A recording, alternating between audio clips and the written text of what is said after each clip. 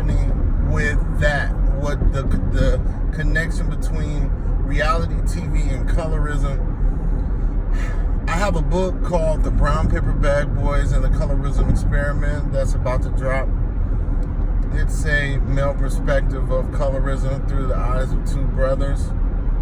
And it's a great book. It's a coming of age story, and it's about loyalty, family, and crime. What would you do for the love of family? Now, I'm going on another tangent about colorism in relation to reality TV. The first video I did was about the issues with Basketball Wives and Evelyn Lozada calling OG, one of the cast members on the show, a monkey. Now they're having an issue with Real Housewives star Eva Marcille calling the other members of the actual show who are dark-skinned, nappy head. I don't know what she was talking about all the cast members, but she mentioned something about them being nappy heads, but she was also mad about something else. You know, just talking shit. Now, I know that some black people call other black people nappy heads. So I've heard that before many times. Growing up, people talking about other people. That's sometimes you do, you talk shit, and sometimes you don't think about the consequences of that. In regular life, it wouldn't, you know, be impactful, but on television, for some reason it is. You know, to have one cast member call others a nappy head represents her in front of maybe millions of people. But the thing is, I'm not even mad at that. I'm not mad at Eva Marcille calling anybody a nappy head. You have Naturi Naughton. She's getting talked about her hair and her hair texture. It's funny, I wrote actually a section in my book about black hair texture, which is weird, but it was coming from a place that there is different types of black hair textures, and it is as complex as the moon rising. It really is. Black people are mixed with all kinds of stuff, but you know, the main focus on reality TV lately, I guess, to garner ratings, is to talk about colorism, or to accuse people of being colorist. Being colorism is a kind of in-house racism. Is done to people of ethnic backgrounds to each other, in terms of one being light-skinned, one being dark-skinned. There's issues on both sides that come out of colorism. Somebody not being considered black enough, somebody being considered too black, you know, is an issue. But in reality TV, like Basketball Wives or Real Housewives of Atlanta, and most likely issues on power with 50 Cent really going in on his cast member, his employee, Naturi Naughton, her feeling some type of way about, you know, him talking about she don't have edges and stuff, which is funny. But it's funny because when you look at it, it just doesn't matter. It's not important. But what I notice is that colorism's resurgence, and, you know, Alice Walker coined the term colorism from the color purple. That's in my book as well. But for people that don't really know the effects of colorism, is deeper than reality TV. Colorism is deeper than reality TV. They might be using it right now to garner attention, garner popularity, having some drama to add to their storylines.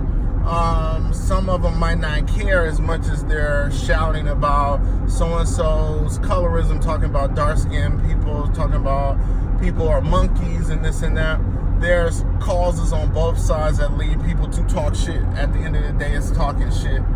And sometimes you don't mean it. Sometimes it's out of line. But when it's on TV in front of millions of people, a lot of other people can get offended by just hearing negative talk about a race, maybe in front of other races, like maybe not wanting these idiosyncrasies, these taboos, and are in the black community, Hispanic populations and their community and culture to be expressed negatively in front of Caucasian people, white people, which should not be a problem either. You shouldn't care about how you're viewed to another race, because that's not being fully real. Eva Marcille saying nappy head to a cast member should not garner her to get fired. She should not be getting petitions to have her kicked off of the show. You should look at Bravo. If Bravo is the company that produces The Real Housewives of Atlanta, if they had cut that from the scene, you would have never known, and it wouldn't have been a big deal. But they knew that it would garner ratings, and it's a sensitive subject. Now colorism is now being looked at as a sensitive subject. But what I don't like is what's bringing it to the forefront of society right now is reality TV through African American female drama.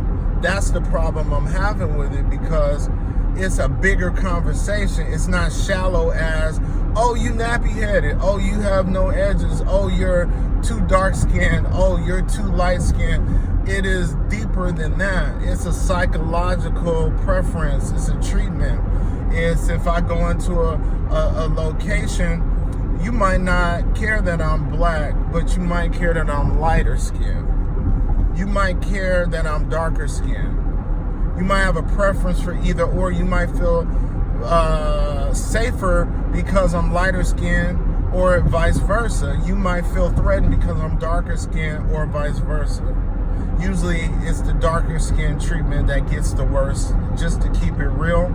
But the conversations run through family, bloodlines, through generations, jokes that scar and harm someone in a family that might be dark skinned growing up, and they might get teased about their skin color all the time, and they might be desensitized to it. They might drown it out or wash it away with alcohol or sex addiction or drugs or all kinds of different outlets that we have sometimes as dysfunctions from not really dealing with issues that really affect us, or we're trying to cover up issues that really affect us.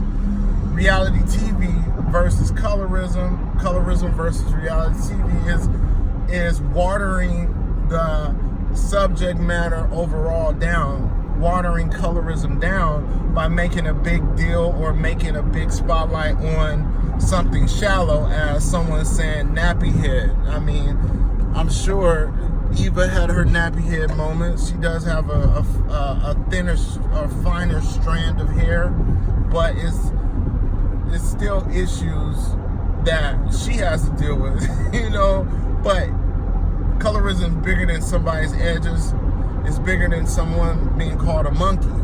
It's a psychological thing that has stopped people in the past from getting housing, from getting possible opportunities, the best education, prejudged, walking into a store, someone feeling like they have to point out a skin color that you can't control, and to make it a negative slight against the person.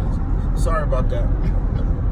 Now, I know damn well I should be driving, but you know, I'm gonna get a mount, because sometimes I gotta talk about stuff, and I'm busy. I got things to do, and I don't have time to be in a centralized place a lot, but I do want to get these views out and grow my channel. Scared of Light Book, by the way. Please subscribe. If you haven't, hit the like and share button. But this colorism conversation is deep, and reality TV is watering the conversation down. That's the whole point of this video that I'm making today. It should not be watered down. It should be dove into, because these are real issues. In my book, the characters, two twin brothers, one is light skinned and one is dark skinned. Individually, a point I made in the book is that you might not see it individually as colorism. You might just see it as racism. You feel like, oh, something was done to you, or you have a slight because you're black, whether you're light skinned or dark skinned. But colorism is actually a little more complicated than that.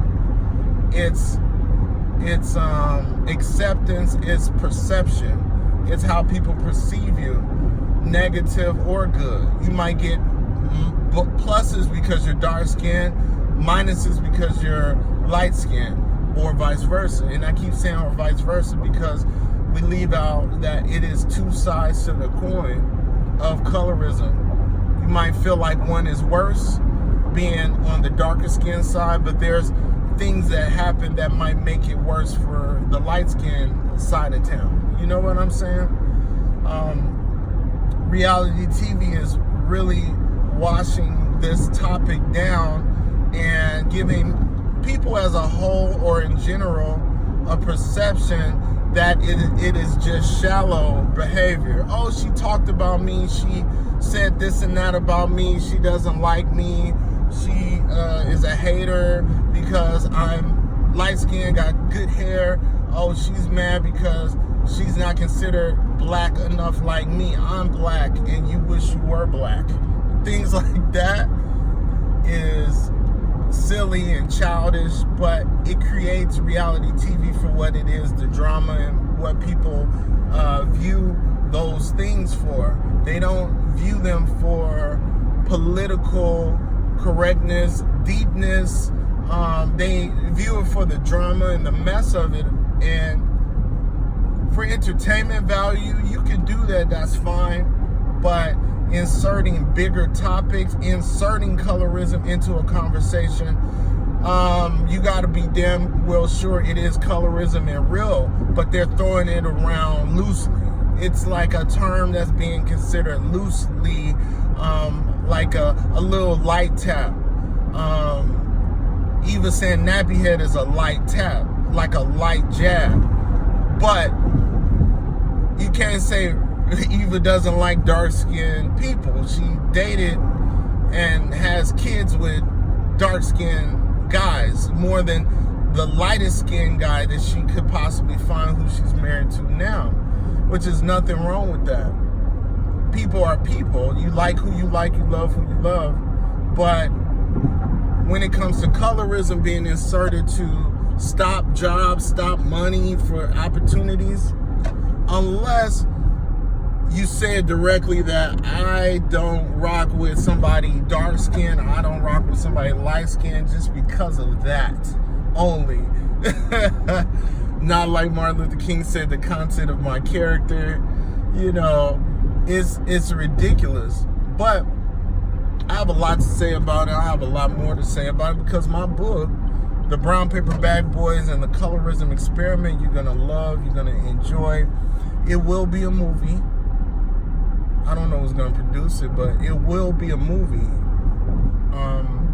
It will be an Oscar type level movie, Academy Award level movie. I'm putting that out there because it is so real and so deep. It has so many layers to it.